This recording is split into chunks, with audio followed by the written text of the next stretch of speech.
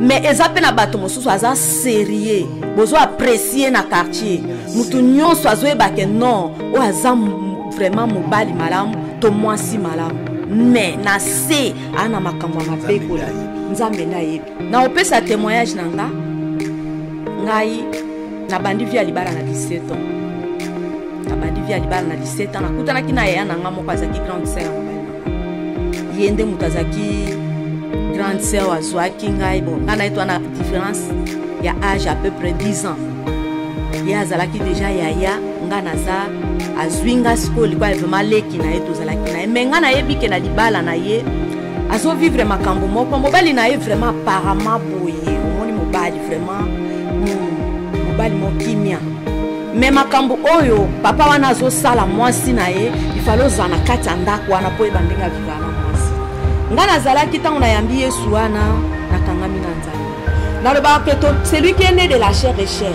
tobotamaka na makambo ya mosuli oyo toheritaki Bible ezoloba na biso que nous avons hérité les mauvaises manières de vivre de nos parents veut dire que na kati ya libala ngapi nakoma kovivre yanga makambo nazo vivre yanga makambo penza kozomona ke mobali nanga ahérité comportement pe ya papa na ye do ozomona ke ozo vivre que non mais eloko evandisanga na libala nakoloba peza makasi na ngati.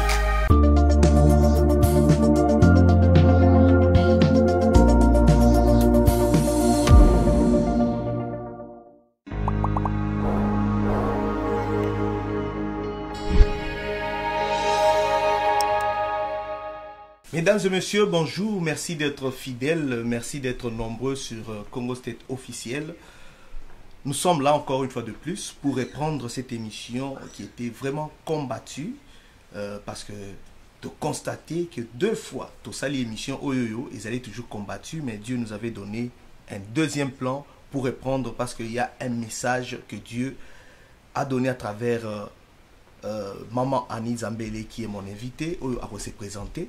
Donc, Nzambe aligné message Oyo Eleka. Yangwana, to répondre émission parce que première fois Kalaki, deuxième fois Kalé, va réclamer qu'il y a toujours parties au Kalé. Alors, cette fois-ci, toujours Zwango en exclusivité. Donc, Congo State, tous les soka canal Oyo Nzambe Aponi pour na collecter message. Yango toujours bénir liboso notre Seigneur Jésus-Christ, celui qui nous a donné cette opportunité.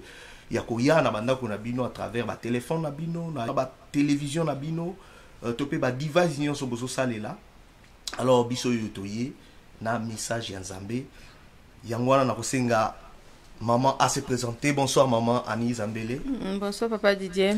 En tout cas santé za malamu. Santé za malamu na ngolo Nzambe. Vraiment donc tozo répondre kaka émission parce que toyebi ke Nzambe atie message moko ya mutuya na kati na yo. Est-ce que ozo comprendre fardo o Nzamba tie katina yo?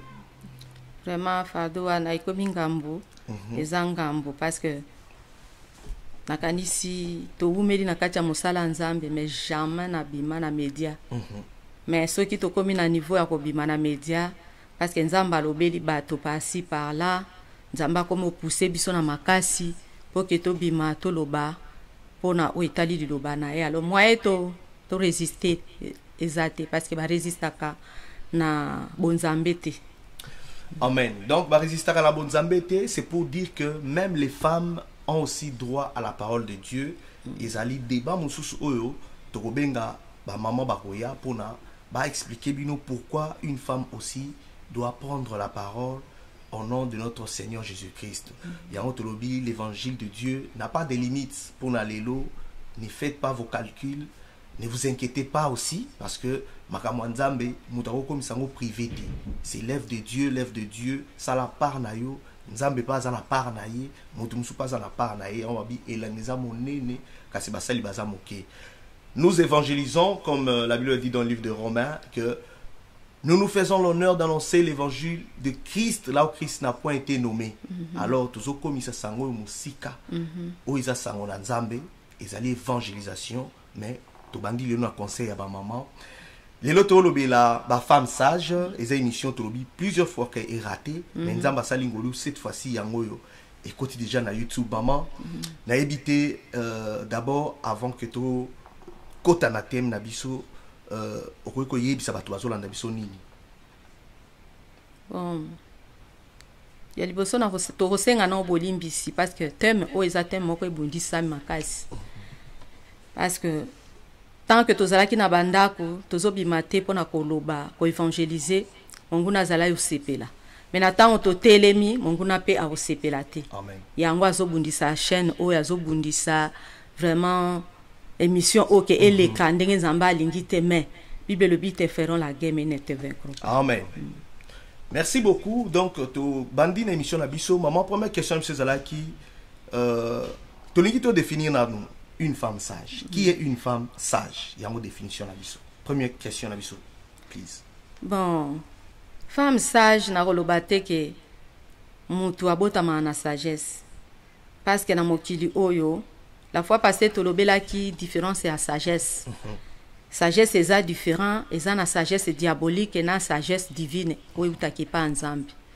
Sagesse divine mutu azwaka yango kaka tango aye pa ya nzambe ayambi Yesu lokola mokonzi pe mobikisi akotisi Jésus na kati ya bomoi na ye akomi siko kobika bomoi ya intimité na nzambe azobika bomoi ya relation personnelle na nzambe akomo tambola siko selon la loi de Dieu ko respecter liloba nzambe nde liloba nzambe wana azotosa nde ekopesa ye sagesse. Tolobeli yango pamba te tozwi mokanda ya Proverbe 14, la première verset, balobi na biso la femme sage bâtit sa maison et l'insensé la renverse de ses propres mains. Et pourquoi tolobi que sagesse e utaka na liloba ya nzambe? E utaka na kobanga nzambe? Parce que Bible lobi la biso lisusu na psaume. Psaume 111, verset 10. Psaume 111, verset 10. Papa Soko tangela biso. Psaume 111, verset 10. Totangi na kombo na Yesu. La crainte de l'Éternel est le commencement de la sagesse. Tous ceux qui l'observent ont une raison saine. Sa gloire subsiste à jamais. Wana nde source ya sagesse. Amen. Awa balobi na biso que la crainte de l'Éternel est le commencement de la sagesse. Tous ceux qui l'observent ont une raison saine. Sa gloire subsiste à jamais. Veut dire que nde kuna source obiso tozwela ka sagesse. Parce que mutu abota makaselo la chair. Yango na Jean 3, Nzambe Jésus-Christ azoyebisa Nicodème na verset 6. Jean 3 verset 6. Jésus-Christ a dit à Nicodème que celui qui est né de la chair est chair. Mais celui qui est né de l'esprit est esprit. Veut dire que tant que tu as la naissance de l'esprit, et na kati la naissance de l'esprit, nde tobota maka na sagesse ya nzambe. Mais na naissance de la chair, tu as la sagesse satanique. Kuna tobota mi selon la chair sans Jésus. Parce que mutabota maka mon Christ te. Amen. Mutabota ma mo Christ te mutakoma ka mo Christ na tango yambi Yesu. Tango yambi Yesu lokola mokonzi pe mobiki sinde akomi mo Christ na tango wana abandi siko processus ya naissance de l'esprit.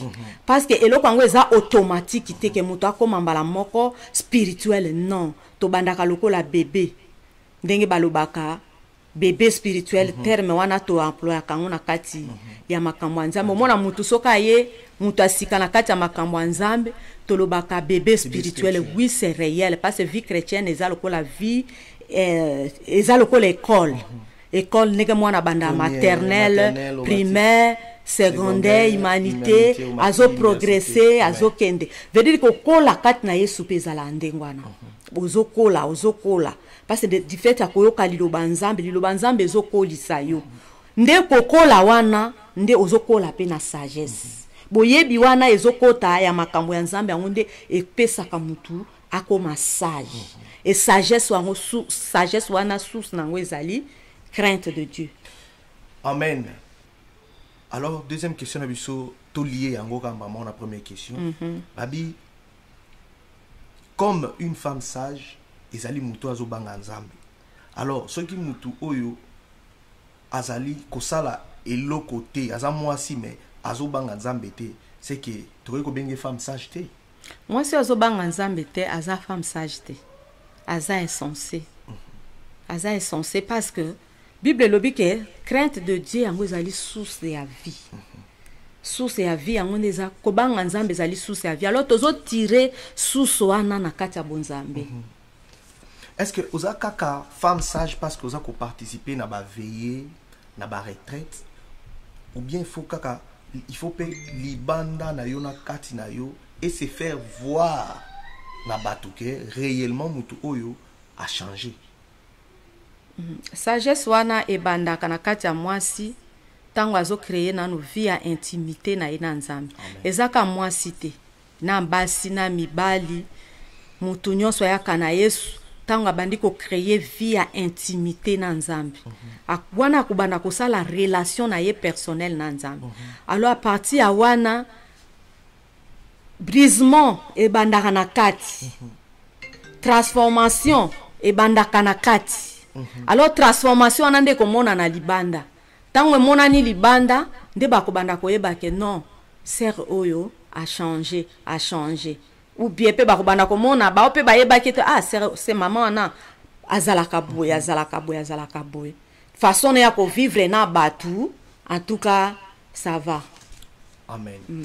Donc toujours continuer émission la sur ba femme sage de Tolobi. Batu nyonso bazali censé ya kozonga na nzela parce que liloba nzambe yaki pona kozongisa moto na nzela. Alors message ezobima awa eza ko viser mutu moko te yozo apart na yo salela yango na ndenge ya malamu. Faut pas kozala na ba culpabilité parce que tant ozala na culpabilité eza diable mutu azoluka zongisa yo sima. Zwa décision surtout que nde tozo kende na muzindo ya message awa on remarquer que vous apart na yo. Alors, Zala vraiment connecté, Zala branché à travers l'Esprit de Dieu par Nayo Rozoa, qu'on discute na mutute, qu'on partage na mutute, qu'on ta en intimité na Nzambe Nayo, Nazasi et qu'on Zala moyen à sortir Nayo, na makambo yo, et kanga yo utakala. Je pense que tozo continuer émission Nabiso. Maman ni question Nabiso Moussou Sezali, mutu oyo, to mwasi oyo abali mobali oyo. Aza dépensier, tout aza désorganisé et mon dans le quartier, mon dans partout. Alors, ce qui a bali une femme sage. Alors, nini oyo ko salema na kati ya bomo ya mutu ya nengo. Bon, nakanisi mutu oyo abali femme sage, abali mwasi oyo asambelaka. Bible ezoloba na biso, quand tu maries, quand tu femme, si tu ne sauves pas ton mari. En tout cas, question on a eba kite kokotu na ngango, ndangena luka passage, eza na 1 Corinthiens, il faut ça seti. OK. Mais ça prépara ki angote. Amen. Donc, Bible le dit quand tu femme, si tu ne sauves pas ton mari. Bible le dit moi si oya balani na mobali oza païen. Ayebi nzambe te, akabwana na yete. Veut dire que nzamba ayebi ke na nzela mwasi wana mobali wana kobika. Mobali wana kobika na nzela mwasi wana. Oh, en tout cas, ezate kaka mutu azobika na désordre ayebani na quartier ndaza mutu aloyenge. Eza mutu mususu batu mususu bazana loyenge moko calme. Ado aza loyenge moko eza caché. Aviva kana désordre, aviva na makambo moko ya mabe. Menzambe kama mutamona kai. Eza pe na kati ya mabala. Okomona batu, omona batu bazomona ke papa wana mwasi wana aza mutu malamu. Menzambe nda yeba lolenga zo se comporter. Mutu nso mona ka désordre batu nso ba yeba ye ke azaka mutu mabe, aza sula, mutu aba kolangwa, bazana monde, azaka na makambo monde, oui.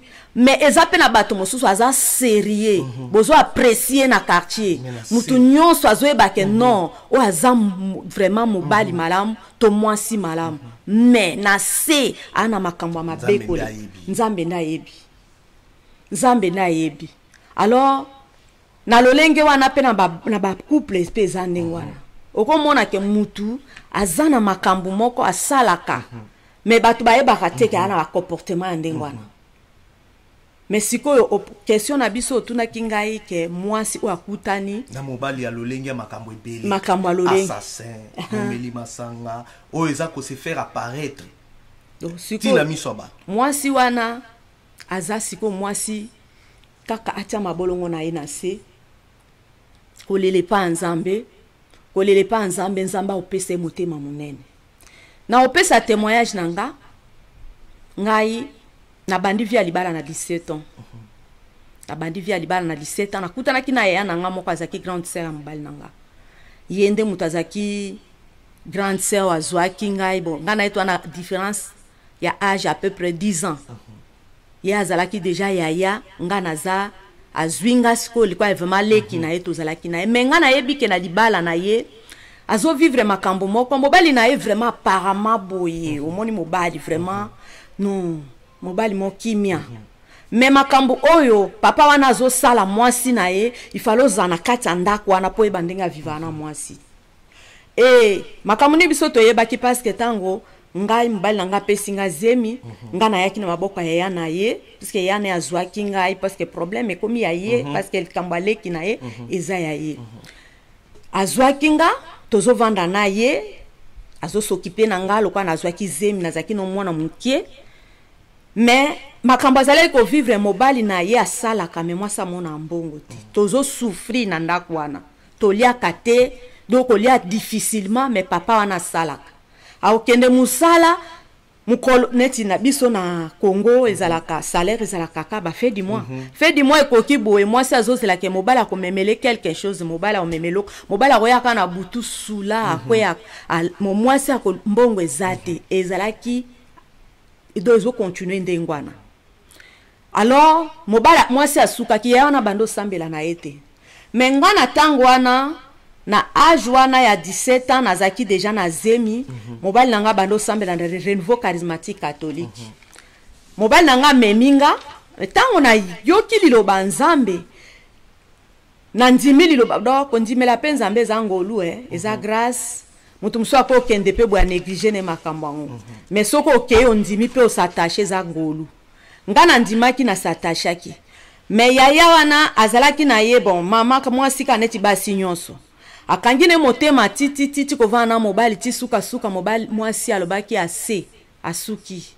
Alors tala esika ndesko to ko exploiter sagesse oyo lolenge tozolo bela sagesse ya mwasi wazo banga nzambe na sagesse ya mwasi wabanga nzambe te. Donc mwasi akomi siko akomi pe ko linga libanda. Akoma ipe ko linga libanda akoma olinga et puis akoma na niveau moko alobi libala ngo pe na mona nanga importance ya revendre na libala na osala siko na ko so mobala mpe alinga tika ngai c'est occasion kuti ya bien keto kabwana et suka koma ki akoma ko sala ouvertement azo sala nanko mutu nyonso azo ebake abimaka na ye. Donc ekoma ki tan moko azwi pe tozo kama mobali pe abandai ko benga na ete ko boya pete bavandi. Mais moi si pe azwaki décision lokwa ezaki posa na atika libala wana atika ki libala na ki okota libala na ndako mbali mususu. Tango akoti libala na ndako mbali mususu bana sikoyo batelinga tozo mona esika tozo lobela sagesse ozo tonga via bana. Do bana batelenga ni papa atika la azwi mwasi mususu mama pe aki azwi mobali mususu kuna ndako wana eza ndako bana wana te koto yo pe papa zana mwasi wana pe akosepela. Donc kokoka ko sipote pe lolenge peut-être ya bana te bana pe ba habitué na mama na bango donc via bana koma désordre kotanga bana batangi susu bien te bana bakomi ka ndengwana et puis trouble kotaki même na via bana pende tozolo bati siko famille wana za famille moko ke non donc dignité à famille za li susu te dignité za te. Parce que maman kenda ki ne ozo mona ke choix oya salaki lokola crainte ya nzambe zalakati na ete sagesse ezate akei azwi mobali mosusu au plus tard mobali wana pe aboye atiki su libala wana akomi siko boye mobali pe kuna lobi yazwi pe mwasi oyo yazwi yende akovanda na mwasi wana oyo bakabwana ki wana lisusu te et puis via bana et baby. Voilà pourquoi bana ebele bazoko mape ba fazer na lolengo wana. Donc akoye ko poser fondement. Bon siko nazo ebiso papa Didier tozolo bate pona kokumisa c'est que Dieu a fait nous devons témoigner. Ngana zala kita on a yambi Yesu wana na kangami na nzambe. Na loba ke celui qui est né de la chair et chair. Tobota makana makamba mosuni oto héritaki. Bible zolo bana biso que nous avons hérité les mauvaises manières de vivre de nos parents. Veut dire que nakati libala ngape na koma ko vivre yanga makambo. nazo vivre yanga makambo penza ke ozomona ke mobali nanga a hérité comportement pe ya papa na ye do ozomona ke ozo vivre ke non mais eloko evandisanga na libala nakoloba ke eza makasi na ngati.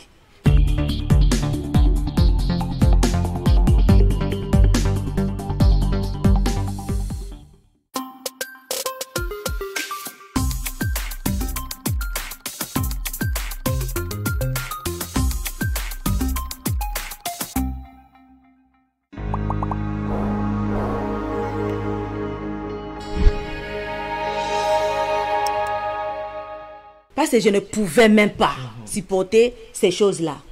Mais eloko ni le salaki, nazo kende pa papa na ngai, nazo yebisa papa na ngai na zonga epa na biso papa na ngai boyi. Alobi na ko kende lisusu te, ako supporter nga lisu na ndako te parce que na déshonoré ye, na zuizemi na yokisi esoni. Et puis ba projet azaki nango pona nga, nyoso e baby. Alors na ko zonga na ndako na peut-être na ko continuer ko bota na ndako.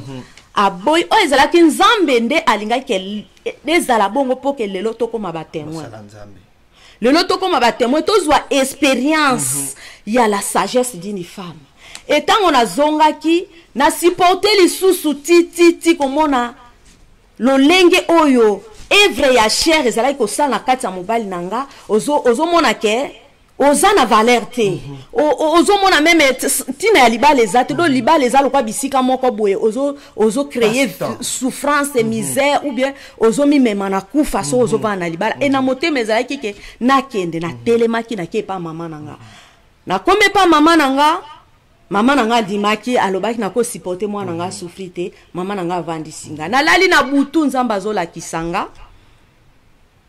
na moni mutu ya liboma azoya wana déjà tozwaki décision na mama lobi papa mama nanga zalaki non peu trop jeune parce que na pesi koko na âge ya 38 ans ya zwaki koko azana on a 38 ans wana ngai pe mwana nena koksi 18 ans wana na sina zui mwana d'autant on a zongi pa mama en tout cas lokola nazalaki na Yesu nazalaki na vie ya intimité na Yesu na relation nanga personnelle na nzambe na lobaki se miena kende peut-être mobali wana a mobali a vie nanga te peut-être soki na tikali wana vie nanga kozala mokuse c'est mieux que peut-être na kwa okufa avant na kende na kei mama nanga ayambinga tovandi tokomosa siko ba projet loko ni tokosala po na kende na bana mibale nini tokosala po toboko la bana mais na lalaki na butu na nzela ya intimité onazaki na ngona nzambe na moni nazolota mutu aliboma zoya mutaliboma zoya tango ozomona ke mutaliboma bato nyonso bazala na curiosité kotala ye bato nyonso bazala ka do soki amoni mutaliboma mutu nyonso olinga atala e bato nyonso bazala ki otala mutu ana ngai pe bisika nazalaki na bi mutaliboma nga pe nazotala na tala bona moni elongi ya mobali nanga na lobi me o aza papa ya bana na ngai ti na fixe ye bien na lobi o aza papa ya bana na ngai ti na yoki voix ezoloba nanga mema ye na mukongo memaye na mukongo metango ya azoya kanvenga azoya kanvenga abaluki na memie na mukongo tango na memie na mukongo na oki suko voix wana ezoloba kenda na ye siko pona koluka guérison na ye azala sauve abika na maladie ou azanango na lamuki tango na lamuki c'est quoi elakisi nini wana yo pe mama oza déjà na kibonzambe so yamba yesu tu na sina yamba yesu lokola mokonzi pe mobikisi mais na mona ki te non na continuer te don na kati ya bonzambe na vie wana ozo zala ozo mona ça ne va pas c'est mieux kito ke ndoluka nzambe na kimia alors tant on a moni lolengi wana grand frère nanga onga na landi directement aza serviteur de Dieu na époque wana zaki déjà pe mosali ya nzambe na bengi na tongo na bandi ko expliquer parce que bango bayebaki makambo nyonso nde na kitaki ndako libala na yaki bayeba makambo ta on a expliqué songe yes qu'on a discernement discerner que mobali wana azaka mobali ya vie na yo yondo komema na mukongo wana ezali au supporter jusqu'à ce que a se transformer a changer a bongwana nde sikoyo ngape na senga nzambe lembo na lobi nzambe soki ya solo aza mobali ya vinanga na mona ye moko abandi ko réclamer nga nde pe na bandi mona ba lettre bandi ko ya parce que tant on a kendeki na sala ki presque 1 mois na zolanda deuxième mois do na tindela nanga po na ebike na sina se débarrasser na eloko na otindele lettre ou bien na tango na ba téléphone ezala ité na otindele lettre pour na nini c'est na si na se débarrasser. Alors naye komona lettre eye lettre tango eye nazomona siko yazo réclamenga nazonga azobondelanga nazonga pourquoi nde na ye commande na ye ata lettre te de fois na tango na ba foni ezalaki okokende pe na foni osololi na mutu na foni na bango ya service ezalaki free na kokende na sololi na ye mais tellement que amona ki ezosalema te abandi o réclamenga.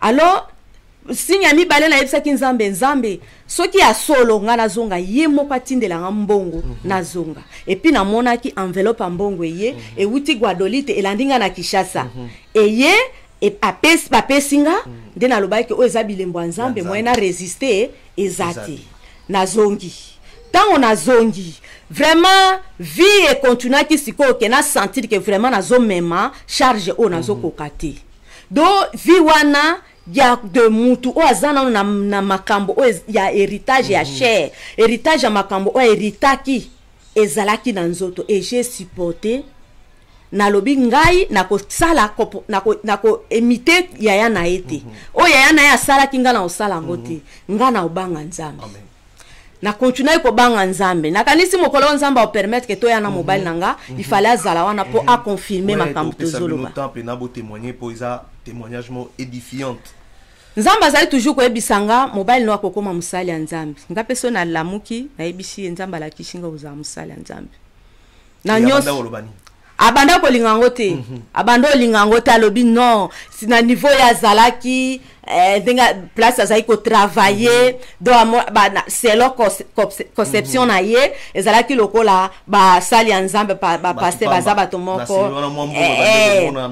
ye azomona ba sali ya nzambe bazaba to moko do baza na pam baza bato moko tera do moete do azai ko lingango te azondima ngote mais ekomaki pe mukolo moko nzamba kutana kina ye ndenge tozolo balelo akoy mosali ya nzambe nzambe muni na kati États-Unis to pesi mbote pasteur Bazi Zambele na si prochainement bande ko bolanda bozo ka témoignage eza masolo te ya ba théâtre te eza pena ba réalité o ya vie ya basala nzambe pour les loba comme au bazali ça dit mutu apesaka o yazanango ça dit mutu soki a témoigner réalité ya vivate ko lobani mais ya zolo mambo ya vivate ya zane pasteur azana mbongo ya zane na potion o yebuto azaboy nzamba elevae ça dit soki mutu a traversa na kati ya pasi ya misère moko boy pour ka gloire nzambe moni samande vrai témoignage ya roi alors yo so zana témoignage te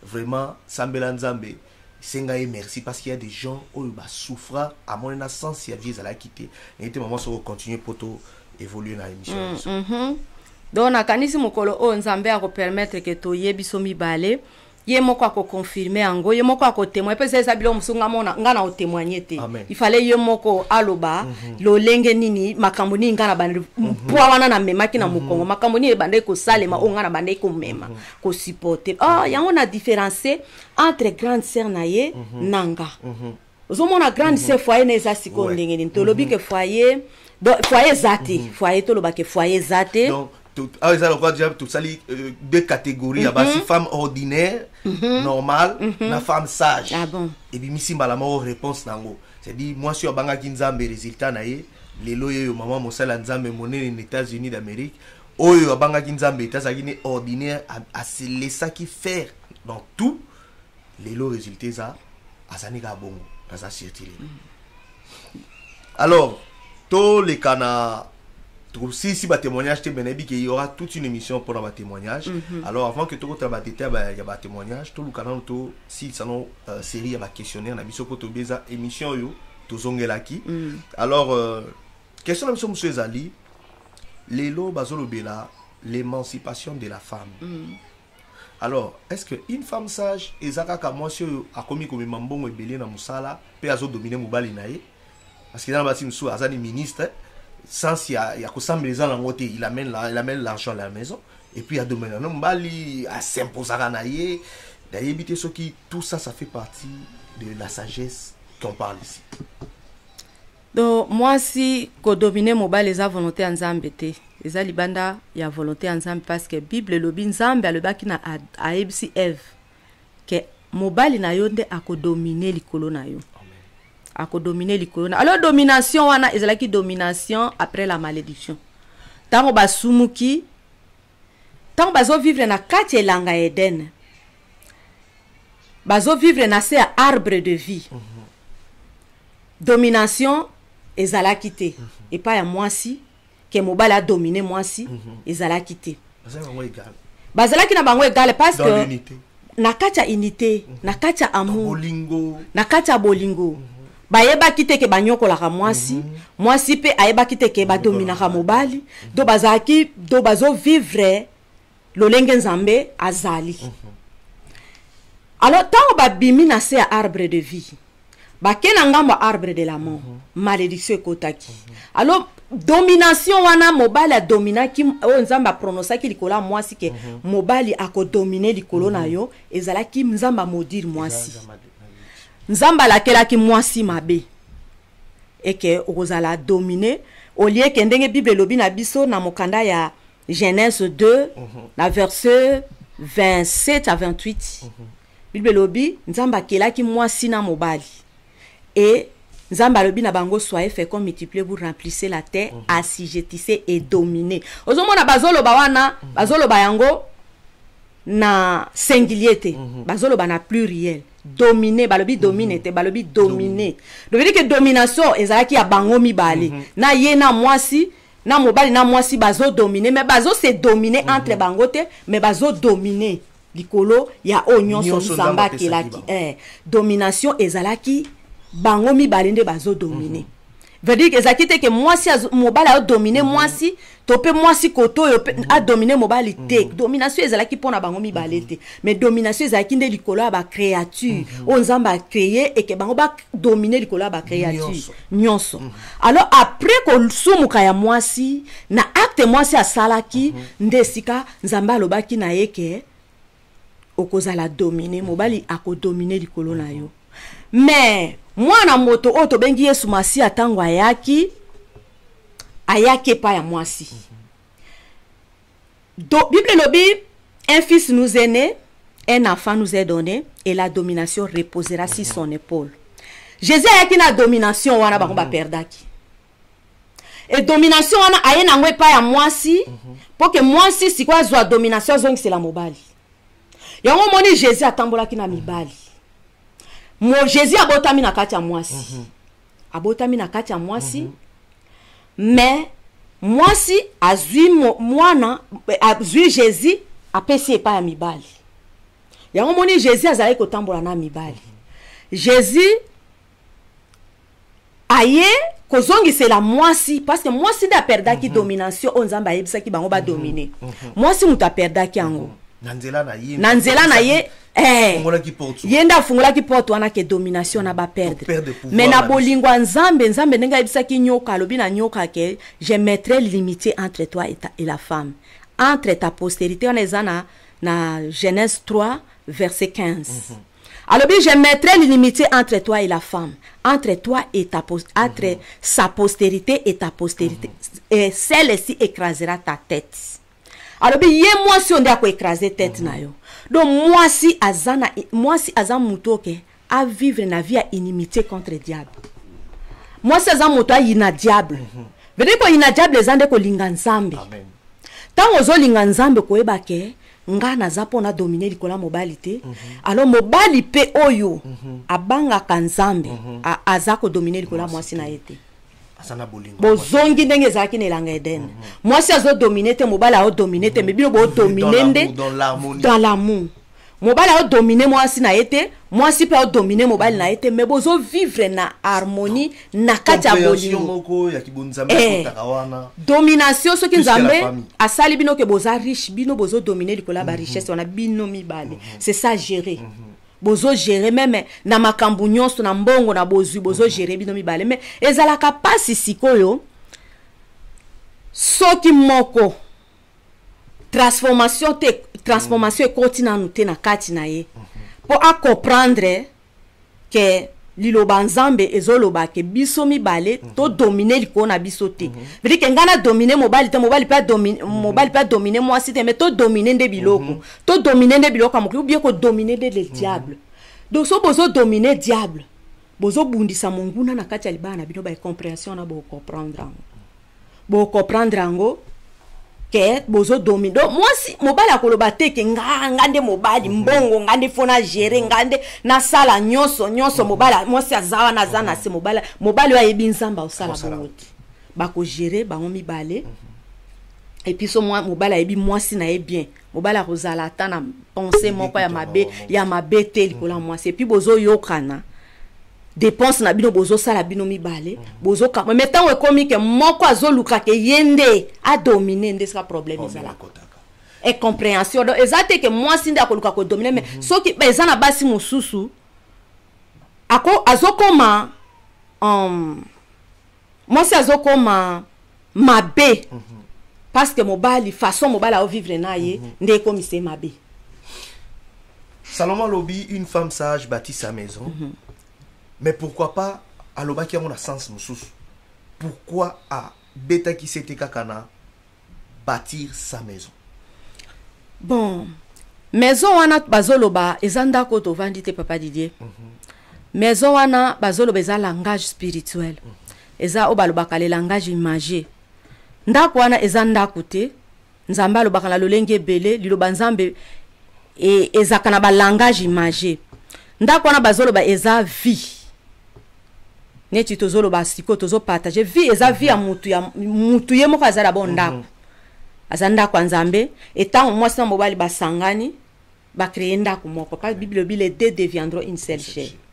Tango ekomi ndako moko moi si aza na responsabilité à kotonga libala yoko komona mwasi oyo bazana mobali na ina boyokani atuka mwasi wana azapo atonga so bozo yokana nzamba pesio mobali oyo alingi yo bozana boyokani bozapo na ozawana pona kotonga alo yoko mosusu toremakaka toyebi na kati ya mabala ozomona soki mwasi nakoloba par exemple selon la nature pour le langage wana eza langage moko imagé so tolobi to exploiter en selon la nature totali mutu oyaza locataire alonaka akozwa jamais mbuma ya vocal na lupango avandi locataire poza ayete locataire jamais akoki ko construire ndako na lupango ya zofutela jamais parce que ayebi que d'un moment à l'autre je peux quitter ayebi que akoko quitter mukolo moko alors omoni mwasi oya zo sentir vrai amour ayeba que je suis chez moi et soka za mwasi o asambelaka mwasi wa banga nzambe autonga parce que en elle il y a déjà la sagesse.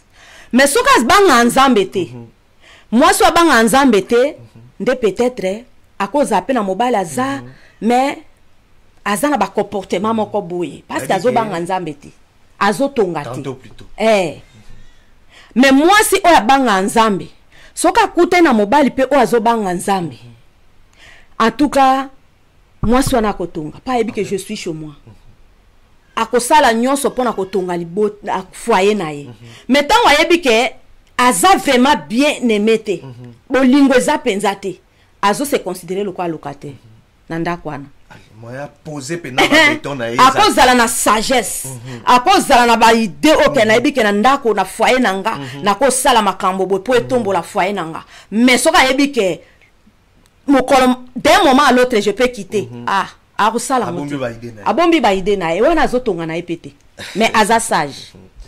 En tout cas zamba zo lokumu pour la vérité je pense que oza ba révélation cachée de Dieu vraiment za pambolo mamani parce que ozo bima pambate iza pena maloba oyo e uti pena musika et pas nzambe zamba zo lokumu je pense que émission troba ki za liboso mais toko évoluer parce que mais qui ne kozonga sima sinon to bomba pona ba numéro ya sima ba questionnaire oyo est approprié pona ba émission oyo ko yana sima mais pona lelo ezega juste contact ya oluka kola sabino ke tozana bino toujours et puis to tika binote maman ni azali pona roya ko lendi sabiso et puis bino pe fo bokomela ka biso mpona kolakisa ke boza kolanda biso bobengaka pe mpona kotuna quand est-ce que tu vas nous poster ba émission na biso pour ba live. Il y a des fois aussi mbaté mais to comment ça ba enregistrement bon toujours poster on a tout to cause un problème au côté.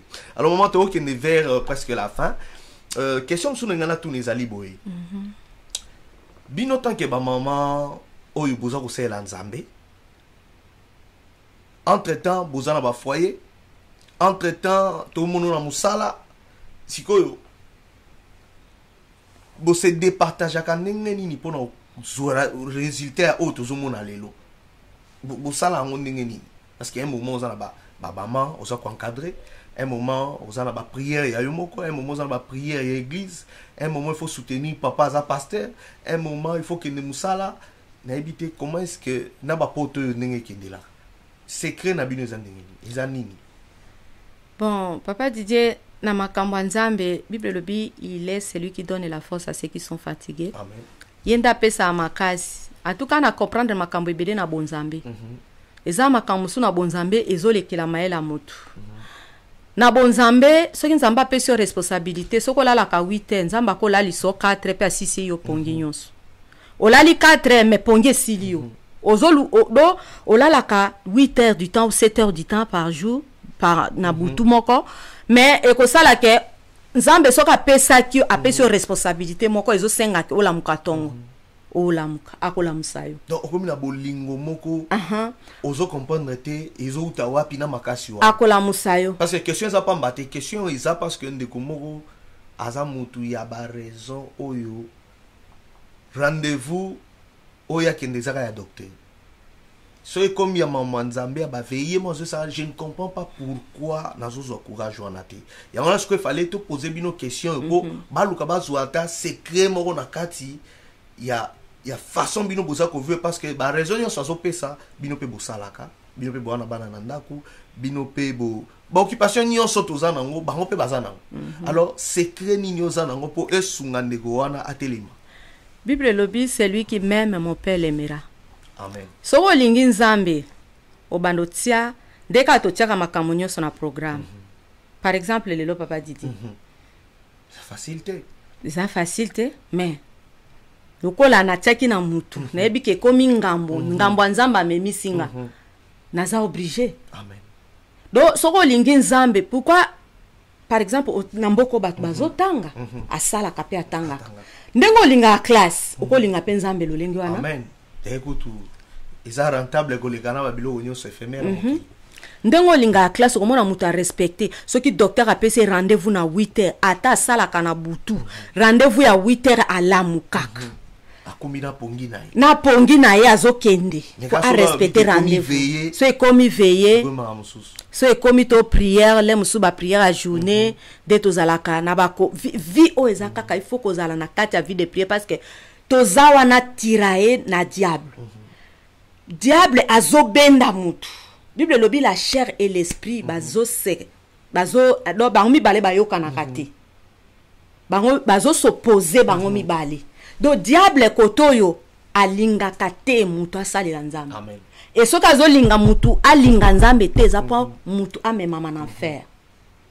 Soka zo linga mutu amem alinga nzambe te zapo petit à petit abanomona mutu pe abanomona ne je vis normalement nazananga bien nzoka aza déjà musika akomi déjà musika na nzambe ayebaka te aza déjà musika na nzambe oh vie chrétienne ezaka vie ya kobondela nzambe na lingio pesanga makasi nzambe opeso makasi et puis engagement ya sacrifice.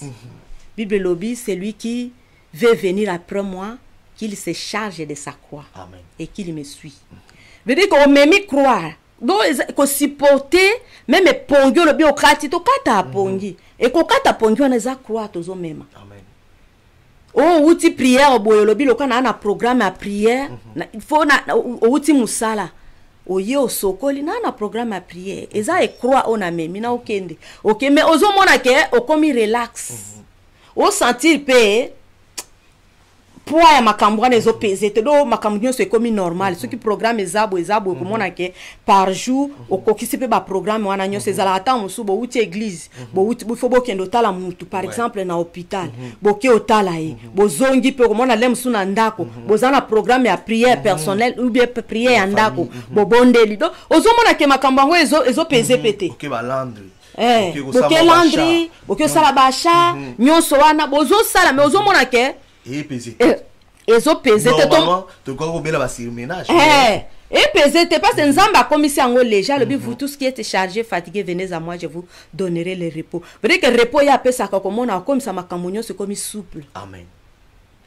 Je pense que ndeko mo azolanda biso apambola minake na réponse oyo parce que ça likambo oyo eza komema bakretien ebele na lourdeur oyo yango nini toyebi bo ma vie chrétienne ya bato ebele calcul ya ndako calcul ya bana papa ifala azala mpona bana mais soki eza rendez-vous papa aza te mama aza te problème eza te on va faire ça alors soki ekomi kala mama nzambe ya toujours des raisons et puis des raisons claires nettes mais c'est le diable vraiment là si soki opambolami na question na réponse oyo luka changer et nzambe ako bénir yo. Je pense que ma question est silité, ils allaient belé parce qu'il y avait aussi à parler par rapport il y a ba comportement il y a bana les lots na bandaku nengeni ni ba maman et belé ba komi ko lemba bana na bandaku ba komi ko lemba na bandaku ba ko ka vraiment ko encadrer bangote wana to ko chango na deuxième émission comme ça to ko banda na questionnaire wana pour que maman me ka ko sunga biso. Comment est-ce que maman a gardé bana? Comment est-ce que maman a aidé bana? Bazala bien éduqué parce que baza parmi ba parents oyo bana na bango baza ko lakisa ba famille est belé couleur ya malamu parce que baza qui bien encadré, bien orienté. C'est une fierté maman te féliciter bino parce que bana vraiment baza na kati na nzela ya kibonzambe et puis c'est une fierté pour votre famille photo ndimali kambuso eza malamu yango to ko bénéficier na expérience wana mais au pesa biso mo flash amuke pona to kabona na suka émission oyo ba mama bazolela nga mwana oyo nazo ko supporter te mwana oyo boye trop de problèmes qu'on ne peut pas détailler mais du moins conseil ni na mukuse ko pesa mais toza na émission mo mbapona yango papa Didier Nzamba zo alokum amen na sujet wana Nzamba pesa inga déjà passage gloire à Dieu apesa inga passage sur Proverbe 14, verset 26 à 27. Amen. Tokotanga yango. Tozotanga yango pona kozala clair mamanzame batanga yango. Proverbe combien maman? Proverbe 14, verset 26 à 27. Verset 26 à 27. Bo supporter totanga yango. Bible biboye totangi na kombo na Yesu. Celui qui craint l'Éternel possède un appui ferme et ses enfants ont un refuge auprès de lui. 27 Elobi, la crainte de l'Éternel est une source de vie pour détourner des pièges de la mort. Amen. Ozomo na papa Didier. Balobi na biso eke oya banga mwasi abanga nzambi. Mutu abanga kanzambi. Bana ne bazo trouver refuge. Amen. Bazo trouver refuge. Donc selon la nature boye. Papa Didier biso ba mama to ana responsabilité munene pona bana. Papa Didier na kutakotala so totali soso. Et soso mona soso mobala zo cadrer bana. Jamais. Aza indépendance, il s'en fout de atambola ka ye moko. Toujours. Et soso mona taba ya mobali. Jamais. Azola bana ba olande na sima. Aza mobulu makasi kutu ake lukabasi misusu. Akobomba bango kuta otete bango na mitu. Donc c'est comme ça eza eloko moko nzamba pesa ebiso. Mais na oyo tozolobela oyo mwasi ako cadre bana ne na lusamba. Veut dire que eloko mingi sali biso lelo bana na biso bazozala mutulo yenge ezaka kake. Do tozalaki Bible bi mo peuple péri par manque de connaissance. Soki biso basi tozalaki na connaissance que dès que obandi zemi obandi ko se confier pas en Nzambe. Mwana wana Bible bi celui qui demeure sous l'abri du Très-Haut repose à l'ombre du Tout-Puissant. Ezana psaume 91. Veut dire que tant yo maman zo reposer na se ombre ya Tout-Puissant, mwana waza libumuna ope azana se ombre wana. Mwana wana za gérer na Nzambe.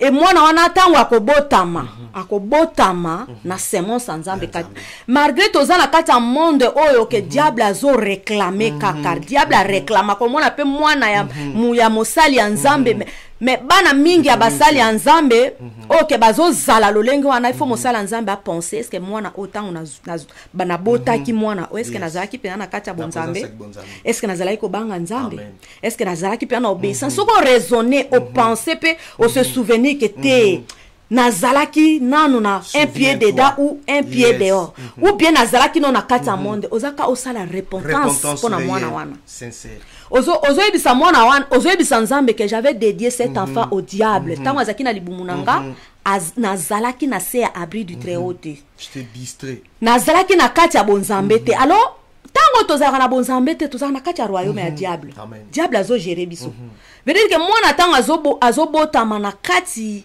ya bonzambe na kati na ya parti ya libumu nzambe alobi na Jérémie tango ozalaki manse informe na libuma mama na ona yebaki yo déjà Jérémie nzamba yebaki ko bana libuma mama na ye parce que mama na ye azaki na kati ya bonzambe Samuel nzamba yebaki na kati ya libuma mama na ye tango anazalaki toujours ko luka mwana na makolo nzambe et tango azwi mwana ayebi ke nzamba pesinga mwasi na bota kate mwana wana zaki toujours maboko ya anezaki toujours kotika mwana wana na maboko nzambe voilà pourquoi mwana bana wana otozolo baba kombo bango bazwa ke uta akai pa nzambe parce que tango azana na libuma mama na ye nzamba yebi ye déjà mwana za déjà azozala dédié pa nzambe déjà à partir ya libuma mama na ye nzamba yebi pe nzamba opesa ye déjà kombo à partir ya libuma mama na ye ou bien nzamba ko inspirer ba parents na ye kombo o ewuti na mokili to komona azwa kombo ya papa te ya mama te ya tata mwasi te papa Didier na signification belé kombo ya mwana ekopo bebisa mwana ou kombo ya mwana pe ekobongisa mwana parce que moi kombo ememaka mutu na destinée et puis Bible lobi il est comme son nom what is that histoire ya Abigail na David mobali Abigail azalaki lokola kombo na ye so to moni Jacob pe azalaki lokola kombo na ye ti jusqu'à ce que nzamba yaki ko changer kombo na ekomi Israël parce que kombo ba pesa ki a Jacob azwa ki ngwe pa nzambe te ba moko ba choisi ba pesi kombo ba famille donc nzambe a permettre tango po bato bayeba ke tango mutu ye moko azozwa kombo ye moko alinga pesi mwana oyebi pe signification ya kombo ngote kombo yo pesa mwana tango mususu langage yo ezobima na kati ya kombo wana ou parce que kombo eza message mobimba kombo eza message mobimba alors message yo ezobima na kati ya kombo wana ekoza la message ya destruction comme kombo ya Jacob ezaki message zo bake azalaki izibate aza moyibi et vie wana ezalaki kolanda ye elandaki Jacob coutume elandi ye azo vivre ndenge kombo nezali nde yango nzambe alobaki il faut changer comme même papa koko na ye Abraham kombo nezaki Abraham mais nzambe yaki koloba kombo nezali so Abraham te komi Abraham kombo ya Sarah ezalaki Sarai nzambe alobi kombo ne kozali so Sarai te kombo netikali Sarah veut dire que nzamba yebaka kombo ya mutu ndanga mutu abotami bazwi ba kombo ba pesiye do ba kombo wana pe ko détruire mwana azo vivre selon kombo bo pesiye ou bien mwana azalaki dédié na nzambe te ti abotami papa yeko ma musali nzambe après mama ko musala nzambe après milimo wana ezana kati ya mwana alors il faut que lukasiko délivrance à mwana mawa ya nzambe pour que mwana kangola to sela nzambe na bosolo tokangama na nzambe ndeko moko alobi est-ce que nzambe balandaki kaka na profit to pe il faut kaka oza na problème pour osala nzambe ou bien oza no pe normal osala nzambe wana ezali question batune ngambe na tiki mosala nzambe mama ani a répondre yango si manga na ko conclure pardon papa alobi est-ce que nzambe faut osala kaka soki oza na ba problème to même à tous en bonne santé, il faut que ça les aille. Bon moyen moto ezalaka ya nzambe. Amen. Bon moyen moto ezalaka ya nzambe. So moto azoyebake mutu akelama na nzambe, mutu akozela teke nazwa problème bon na luka nzambe.